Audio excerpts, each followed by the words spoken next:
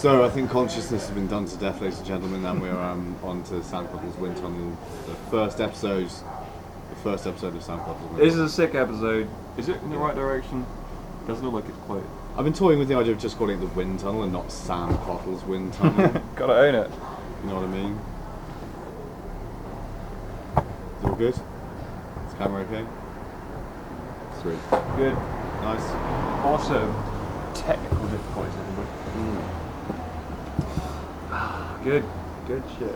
So we were talking about consciousness earlier. What do we want to talk about next? What should we talk about next? Okay, so this is an idea that I've been playing around with recently, and this is an idea that I've been thinking about a lot, that there's no such thing as space. Okay, space. Now this is not my idea. Space? This is not my idea really. This is more like Descartes' idea. There's no such thing as empty space. That the whole universe is filled with stuff. It's filled with light radiation, it's filled with neutrinos, it's filled with cosmic ray particles. Okay. It's filled with atoms, matter and energy. Every plank on the plane is filled with something. And that space, when it comes down to it, space is something very, very mysterious underlying everything. But what sort of space underlies everything is a great matter for dispute, obviously, in physics, since you have ideas of Minkowskian space-time, you have ideas of anti-de Sitter space, Euclidean space. So when he says everything is filled with space, I mean... Sorry, no, not everything's filled with it. Space is... the area around us is always filled with something. There's no such thing as empty space. Everything is saturated with radiation and particles. So in a sense, like, for something to be space, it has to be filled with something. Okay, so...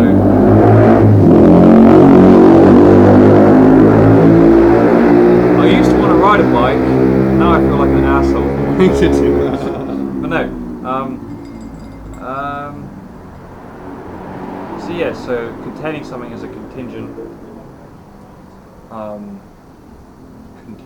point of being space. So for something to be classed as space, Yes. it has to in turn contain something. So there's basically there's no such thing as empty space. No, something to be classed as space, I think it has to contain nothing.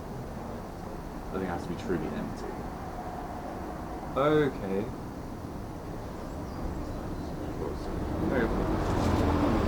Also, your alarm back. I've got My true. You gave me too many downloads.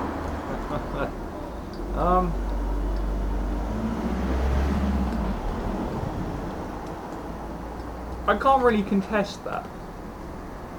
I mean, no, I can't either. I don't really That's know the how thing. you would. Because I read that idea of Descartes ages ago. But I've come across it more and more recently. And the more I think about it, the more I think that, yeah, there is no such thing as space. Yeah, I mean, is True. it one of those things? Is it one of those like nuanced language games? No.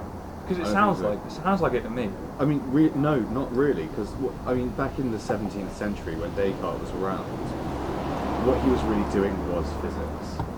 Yeah. He was a physicist and a mathematician of his day. Yeah, physicist, philosopher. He wasn't mathematician. really just a philosopher. He wasn't ever just a philosopher. He was a polymath. Yeah, sure. Even though he did a very nasty thing to a dog. Did he? I didn't know about that. Yeah, he did. He nailed his wife's dog to a board to try and demonstrate that dogs are machines. Basically, all the animals don't have the ability to suffer quite like humans do. Just ruined my whole impression of Descartes with one sentence. Yeah. Wow. I did not know he did that. In a weird way, a bit like Newton, I think. It's sort of Yeah. like rather an odd figure, but I guess. nonetheless important. Yeah. No, it's never known. I guess he wasn't in Paris, right? No, He wasn't. no, he's a rationalist. Rationalist. That's the word. Well, I can. Instinctively, his actions don't seem too. Well, maybe they were rational. They just weren't moral. But how can we disentangle the two? Okay. What did I just say? Maybe they were rational, but they weren't moral. That's a good question, because, yeah, like, if a human commits an act, right, he does it presumably because it's in what he perceives to be his best interest. That's how serial killers act, right? They do it because it satisfies them, because they don't feel they have any other kind of option. Okay. You know, avoiding the whole free will debate from earlier. So then the question then follows is that, you know, can a human ever willingly commit an immoral action? Which is something I find curious. You know, they can always come to regret something. Fine, but like... We willingly commit an immoral action. Yeah. So, for instance, if I willingly just like flick that your face, that's immoral, sure, isn't it? Maybe it's more what I say about it, because I mean, obviously, like, we're going to reduce this to. I mean, I'm doing it just to prove it. Yeah, I mean, that's where I was going with that. I mean, obviously, like, to prove a point is fine, but like, you know, if I was some stranger in the street and then, you know, someone flicked paper at me, what are the consequences of you flicking paper at me? Is it as an insult? Have you put Ebola on that? I don't know how you do that, and then they're just trying to infect me. Like COVID. Yeah, like what's I'm double vaccinated. I mean, you know. We're both double vaccinated. So Oh, I am. Are you? yes, I am. I thought you said. Oh yeah, shit, you are. Yeah, you said it. I'm very sorry. I'm mildly inebriated. You are. but no, I mean, maybe the question isn't so much. It's not really the action itself. I mean, flicking something at someone isn't inherently wrong. Flicking. Well, no, it is. It is. Yeah, but what if it's I need? Annoying. Yeah, but what if I needed to give you something? Have this cigarette. I'd rather you didn't flick it. You would prefer that I handed it to you. I mean, fine. But I don't know. Maybe there are some people somewhere that don't mind having stuff flicked at them. 'Cause maybe it's the only viable option, having something flicked at you. I mean, I guess we'll reduce it from flicking and thrown at you. I mean, people don't typically like having things thrown at them, but given the context, Yeah. it's fine. I don't know. I mean, was it immoral? Can people willingly commit immoral action? I mean, I don't think so. I think people's code of ethics is always very, very, very variable. And then the question follows: is there an objective morality? Yeah. Okay, we'll get onto this one. Yeah, it's a good question. It's a good question. Objective morality. So, what do we think about that? I, for a very long time, have been a highly subjective person, but Moral relativism. What do you think about moral relativism? I used to be a very big exponent of it, but the more. Do you think there's a moral continuum? Or what exactly do you mean by that? Well, for that I mean there's certain things that are set in stone when it comes to morals. Okay. For instance, when it comes to group settings, Yeah. killing people within the group or stealing from them is considered immoral usually Yeah. in societies. Yeah. Or almost all the time. Yeah. However, other moral behaviours differ throughout different tribal cultures. Yeah. So different cultures have different moral attitudes towards different things. Yeah. Say homosexuality, that differs widely across different cultures. So as in like continuum. Attitudes towards Yeah. By continuum, you basically mean yeah, like a spectrum of perspectives. exactly. I mean, I think that's basically what moral relativism is. The thing is, I agree with moral relativism up to a point. Yeah, that's Yeah. why it's so hard. Yes. It's like, yeah, every culture has their thing, their idiosyncrasy, their certain attitude towards maybe a taboo topic. If you can use the word taboo, because again, taboo is such a relative thing, but like Yeah. what another culture might consider taboo. But yeah, how far do you allow that? Yeah. And that, I think, is an inherent issue with moral relativism. That's why I don't think it's viable.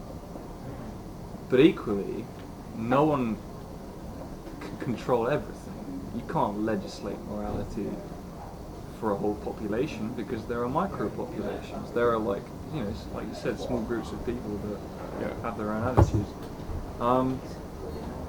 But I mean, objectively speaking, outside of the realm of practical application, I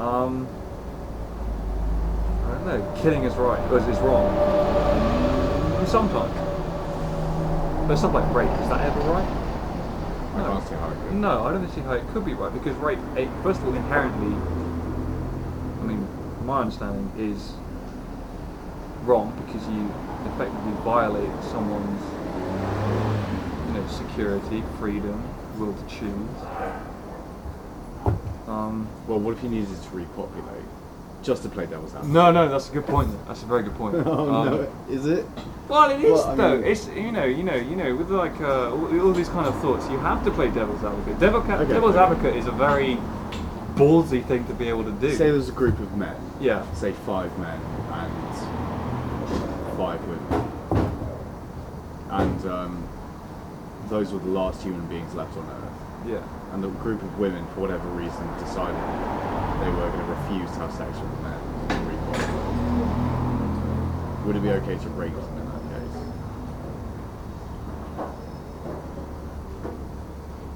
Depends how much value you hold for the human species as a whole. Well, it's our biological urges, isn't it? Yeah. But then again, would the men in that situation, do you think, be compelled to rape them? Good question. Would they be compelled? By something that's like innate inner biological urge. Yeah, the kind of thing that can only exist if you are the only two remaining 5 people. That's a very, very, very interesting theoretical. It's a very, very, very interesting theoretical possibility. That's where the instinct to rape comes from. Or, no, actually, I know where it comes from. For instance, when like Vikings would go around raping and pillaging, they would rape the women there so they would carry children who were Viking. Yeah. And that would be a sort of way of spreading the Viking empire, if you like. I'd agree with that. I think, again, you can look back to like the rape of the Sabine women in ancient Rome. I mean, that's actually more of a complicated issue than I remember. But yeah, that was quite a political thing. But I don't know.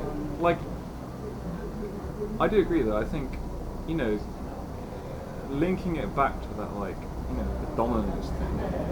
You need to secure your lineage, and even if it's through like impure blood or whatever. I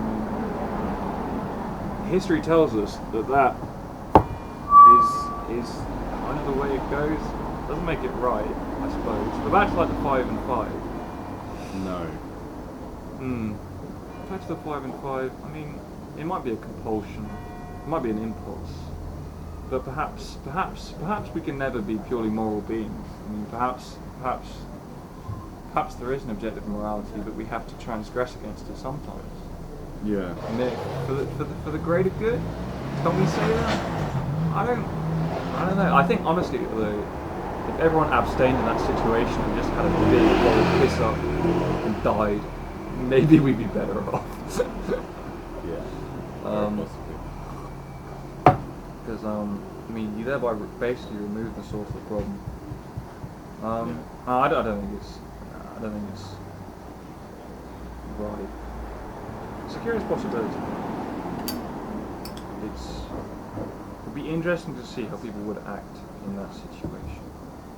Because I mean, back to the Sabine women, Rome was dealing with severe underpopulation in males, so they kind of needed to at least secure some kind of ascendancy. That is a really good question, though. So is there a greater good? is there greater good to be benefited from by committing, instantly or instantaneously immoral acts, but then you let the future flourish? Yeah, or what we would consider to be immoral. Yeah, in the case of rape or whatever, or maybe even like torture or something, Well, that's a very interesting question. I mean, that's like quite a current question, isn't it? It is very much so. That's what brought me on it. The Middle East and the dodgy tactics from the West and even the East. No single party is immune from criticism. Everyone's fucked. Yeah. But I mean, personally, if I was leading, I would be very inclined to torture. That may be very sadistic, but it's not sadistic though. It's for the purpose of information. You'd be inclined to torture. I think if I was in power, I'd be a very, very different person. I mean, you can't rule through fear, but at the same time, if you need answers, you need answers. Anything goes. I don't know. Jack the Surf, the oligarch in the making. I can. The dictator. I said this yesterday to a friend. It was like, if I was a general, I'd be a fucking good general. I could do Sun Tzu. I could do all that kind of shit. Yeah. But no, I don't know. Von Clausewitz. Yes. Yeah, I know him. He was interesting. Machiavelli. Apparently his tactics didn't work. Machiavelli was just wrong or something. What, on a tactical perspective? Yeah. Yeah, I mean, I've read The Prince, and in the back of that there's all this sort of like tactical stuff. He's trying to relate to the ruling class at that point. It's like he's talking about Cesare Borgia, and it's written to the Medici family. Venice. Like ruling class, powerful Italian families at the time. Yeah. So I don't know. I don't know. It's been a hell of a long time since I read it. I think I first read the Art of War when I was like 17. Alright.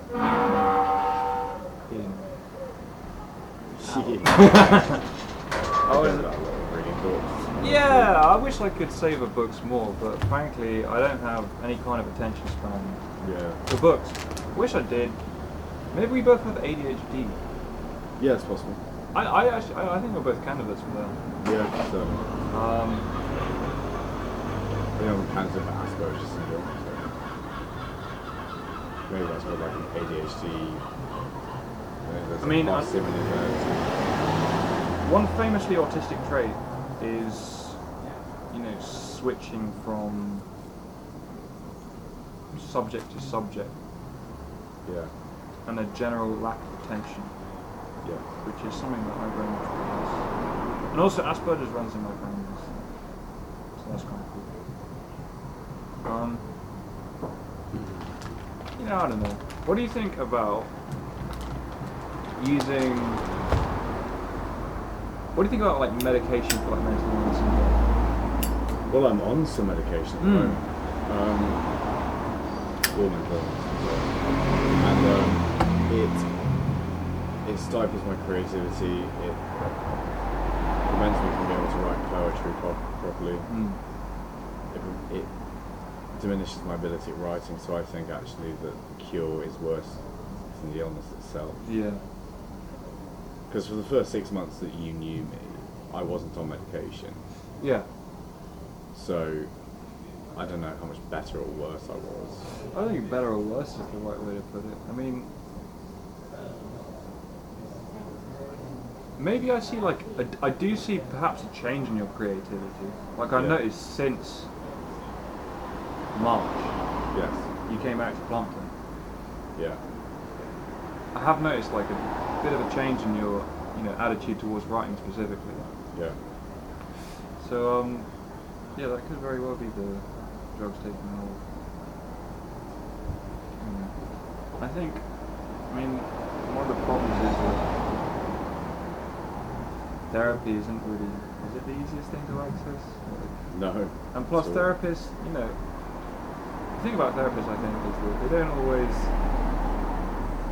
speak to the person that they're therapizing, do they? They're just therapists. They're not people, they're just therapists. Yeah, I mean, I had one therapist I really, really liked. But because I was on the medication, a lot of what she was doing wasn't effective. So, because the medication was making my illness worse, I was suffering from OCD and PTSD. Yeah. So she was trying to treat me for PTSD, I think, and OCD. Yeah. But I was being medicated for psychosis, which I wasn't really suffering No. from. What I was suffering from was something more like mania. Or I was having manic episodes due to OCD, and they were medicating me for psychosis. Yeah. But I wasn't suffering from a true psychosis. Yeah, it was just another symptom of a Yeah, thing. I mean, like, this is what happens when people go into mental hospitals. They just get labelled psychosis, psychosis, psychosis, psychosis. Yeah. Like that. And it's not, there's no real attention paid to these diagnostic categories which form psychosis, which the three of which are hallucinations, delusions, and formal thought disorder, neither of which are suffering from, or I wasn't suffering from any of them. Yeah. So hallucinations can only be a true hallucination if you lack insight into hallucinations, crucially. Oh, sure, yeah. Okay. Under the DSM-5 criteria. Delusions, they must be beliefs in things which are demonstrably false, maintained in spite of conflicting evidence. But I haven't been presented with any evidence to the contrary. Well, exactly, like, So that's a ridiculous definition. Something Yeah. that's demonstrably false. well, no, I mean a delusion, must be demonstrably false. Yeah, oh, okay. I mean, in your case, I don't think Yeah. anything. But the sort of definitions that they would employ for the term delusion are the sorts of things like, a delusion is just that which not everyone believes. Do you know what I mean? And that's coming Yeah. close to like the definition of heresy. Yeah, that's dangerous. That is very dangerous. So they're locking people up for heretical thinking. Yeah, basically. And That is fine. then you get formal thought disorder, which is just being twisted in all sorts of different ways. Yeah. So, Yeah, how should people think in a... so like mania, I would agree with, but that needs to be treated with an SSRI, not an antipsychotic. Is that like a serotonin something receptor Selective inhibitor? selective serotonin reuptake inhibitor. Oops. Yeah. Or an SNRI, which is serotonin norepinephrine reuptake inhibitor. So you're being treated in completely the wrong way. Yes. Are you still on it? Yes, I still am on the wrong medication. I mean, in my completely unmedical opinion, do you think it's still right to keep taking them? Do you think it's the No. best thing for you? I just got to do it to get my fucking life Yeah, but I mean, and stay out of hospital. can they prove that you have or haven't taken it? No, they can't, because it's entirely unscientific. Well, they can prove that I haven't taken it. They can prove I've taken it, yeah. But they can't prove that it has any effect. Yeah. It's totally unscientific. You know, they're saying it's schizoaffective disorder, but you can't see schizoaffective disorder under a microscope. No. You can't see it on an MRI scan. Hmm. So, to my mind, it's like, well, I have no reason to believe it then. Yeah. Do you know what I mean? I do get what you mean. If you go into the doctors and they say you have cancer, then you can see that on an, Yeah, they'll show you the MRI things. on the CAT scan, whatever it Yeah. is. But you know, I have nothing objective to look at that says I have this illness. Yeah. So I'm like, well, this is all just conjecture. Yeah. It's just Pseudoscientifically, medically informed observational, pseudoscience. Yeah. you know, because they're reading from they're reading from the DSM, right? And then they'll turn around and like with platitudes and say like, oh well, medicine it's not exactly a science. It's sort of like cross between an art and a science. And Jesus. and yet they'll force treatment on Yeah. opinions. Well, they'll do it for salary. I think that's one of the things with like a lot of health workers as well, is that it's not about the patient, it's about the salary. Oh yeah. It was a Yuri Brejman podcast, lecture I listened to. Yeah, social workers aren't about social working, they're about paying their paycheck. Yeah. Which is the problem with the capitalist society. No, I'm sorry, dude. That's right. How long are you on for? It's not your fault. Sorry? How long are you on for? 2 years at least.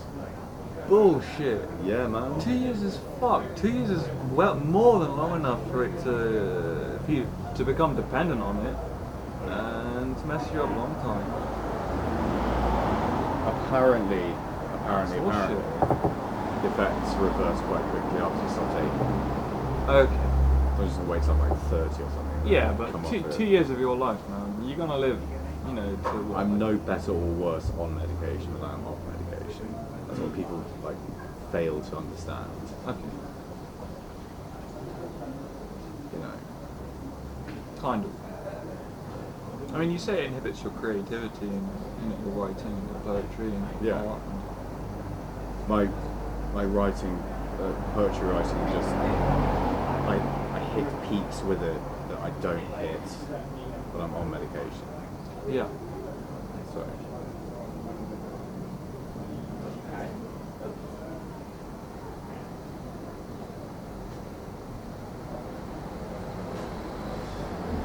And it's foul, and there's psychiatrists behind it, and they just don't give a fuck about any of that sort of stuff. The Philistines.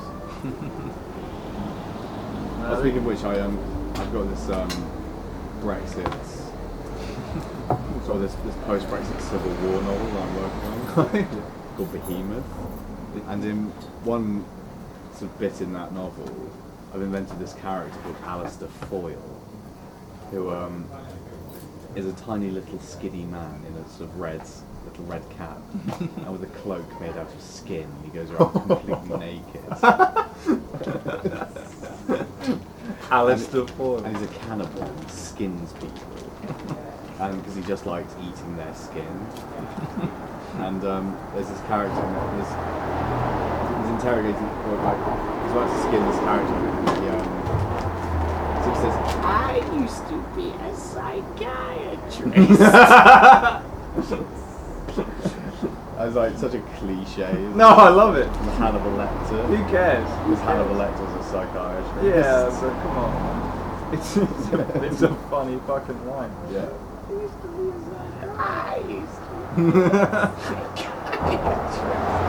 I like just he's so old and wizened. He's like they're skinning people.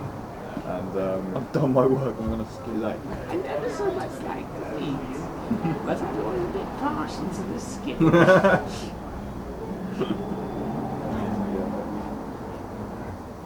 and in my mind that's what psychiatrists fucking Yeah. Yeah, they only dive skin deep.